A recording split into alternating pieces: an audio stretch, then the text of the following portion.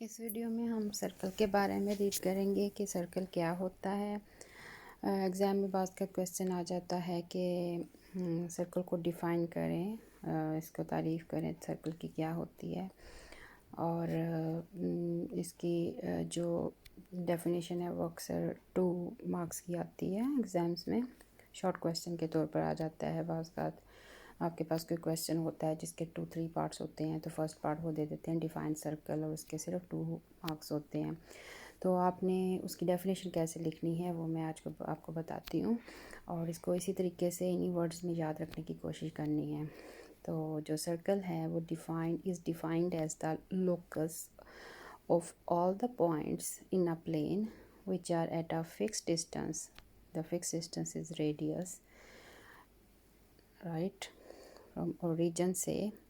कोई जैसे for example आप लोग एक धागा लें, उसको एक हाथ से पकड़ें और दूसरे हाथ में आप धागे का जो दूसरा सिरा है उसके साथ कोई पत्थर बांध दें और धागे को मूव करें, तो धागे की जो लेंथ होती है ना वो उसका रेडियस करती है और जो उसका पाथ बनता है वो सर्कल सा बनता है। ठीक है, थोड़ी सी अगर आपने कॉमन लाइफ में एग्जांपल देनी हो, कोई मिसाल देनी हो सर्कल के बारे में, ठीक है।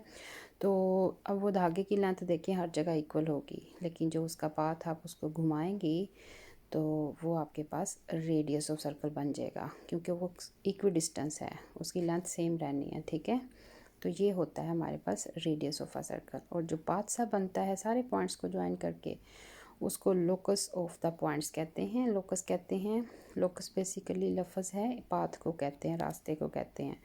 तो जो पॉइंट्स ये रास्ता बनाते हैं उन सब पॉइंट्स को अगर मैं ज्वाइन करना शुरू कर दूँ तो वो लोकस ऑफ ऑल पॉइंट्स बनते हैं। लेकिन उसकी कोई कंडीशन होती है, उसमें कंडीशन ये है कि एक फ़िक्स्ड पॉइंट से वो जो पॉइंट्स हैं, जितने भी लोकस के पॉइंट्स हैं जिनको ज्वाइन कर रही हैं, एक पॉइंट से फ़िक्स डिस्टेंस पर हैं। ठीक है, तो वो पॉइंट से जो फिक्स डिस्टेंस है उसको रेडियस ऑफ द सर्कल कहते हैं। ठीक है, और जहाँ से वो पॉइंट का आप ले रहे हैं फासला उसको कहते हैं centre of the circle. Clear होगी बात? तो ये बेसिकली सर्कल की डेफिनेशन है और इसकी वर्डिंग आपने ऐसे रखनी है।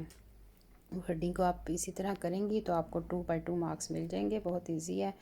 और छोटा सा ये अगर एग्जांपल भी दे दें आप तो आपके मार्क्स इजीली आ जाएंगे। अब उसने कहा है प्लेन। ठीक है, प्लेन क्या होता है? अगर तो पॉइंट्स हैं, एक पॉइंट डालें आप अपने पेन से तो वो पॉइंट बन जाता है, और अगर पॉइंट्स को ज्वाइन करना शुरू कर दें तो लाइन बनती है, और लाइन में से 2 लाइंस को ज्वाइन करें तो वो जो पाथ बनता है उसको प्लेन कहते हैं। ठीक है, जैसे ये एक कागज़ है और इसमें आप देखते हैं इसमें 2 एक्सिस हैं, एक तो एक्स एक्सिस है और इसके साथ 90 का एंगल बनाता हुआ वाई एक्सिस है। ठीक है, तो ये जिस चीज़ के ऊपर ड्रा हो रही है ये चीज़ एक प्लेन कहलाती है। तो डेफिनेशन ऑफ सर्कल में ये बात ज़रूर लिखनी है कि ये प्लेन में बन रहा है। हम जो कुछ भी चीज़ ड्रॉ करें वो प्लेन के अंदर है। ठीक है, और उसमें एक्स एक्सिस और वाई एक्सिस इन्वॉल्व है। तो दोबारा अगर आप डेफिनेशन इसकी पढ़ते हैं तो आपको समझ आ जाएगी। The circle is the locus of all the points on in a plane which are at fixed distance, which is the radius from a given point which is center of the circle. अब आपके पास देखें 2 points जो हैं वो x1 और x5 y1 और x2 y2 for example 2 points हों, तो उनकी लेंथ अगर निकालनी हो तो उसका फार्मूला ये होता है कि जो एक्स एक्सिस है उसमें से एक्स एक्सिस को माइनस करें, उसका स्केल ले लें, और जो वाई एक्सिस है उसको वाई एक्सिस में से माइनस करें, उसका स्केल ले लें और अंडर रूट लेना, तो ये आपको लेंथ ऑफ 2 पॉइंट्स दे देता है। ठीक है, ये चीज़ आपने जहन में रखनी है इस केस में। और ये फिगर जो है इसको देखें, हमने कहा था कि 0 0 सेंटर ऑफ सर्कल है और 3 उसका रेडियस है। ये एक्स एक्सिस और वाई एक्सिस के ऊपर है। तो आप एक्स स्टेप्स जो हैं एक्स एक्सिस के अलोंग चली हैं, यानी कि एक्स कदम आपने एक्स एक्सिस के अलोंग चलाए हैं, और वाई एक्सिस के अलोंग आप वाई कदम चली हैं। तो एक पॉइंट आपके पास है ये। ठीक है, उस पॉइंट को हम यहाँ पर शो कर देते हैं एक्स वाई। ठीक है, एक्स एक्सिस स्टेप इधर चले, वाई स्टेप उधर चले, तो ये जो पॉइंट बना है इसको एक्स वाई कहते हैं। ठीक है, और ये जो आपके पास देखें एक्स स्टेप इधर चले, वाई स्टेप उधर गए, और ये जो आपके पास 3 मैंने लिखा है ये आपका रेडियस हो जाएगा और ये आपके पास एक राइट एंगल ट्राइंगल बन जाएगी। क्लियर है?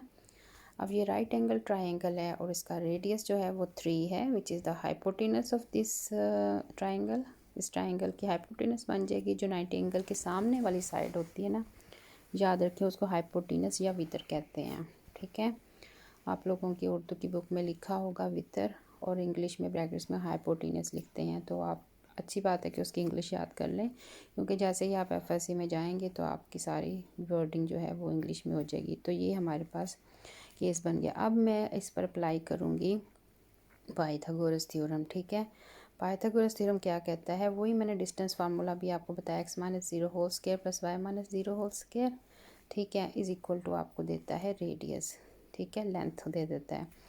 और जब आप इसको सॉल्व करते हैं तो आप x square plus y square is equal to r square आ जाता है।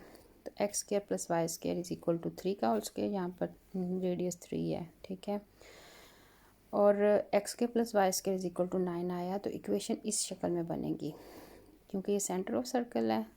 ठीक है, तो x माइनस ए की जगह 0 और y माइनस बी की जगह हमारे पास 0 आ गया।